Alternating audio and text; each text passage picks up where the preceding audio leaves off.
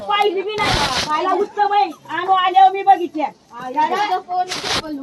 आणि संडाचा पैसे त्यांच्या चुलरी लागल्यात उत्तम म्हणतात एवढं विचारच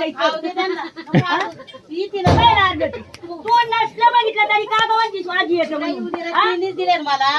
खायला दिल्या ती गाड्या बघत होती ती गाड्या बघायला तिच्या नंतर मी गाड्या बघितल्या ती आल्याच्या नंतर तुझी आता आली तू त्रास झाला ना मला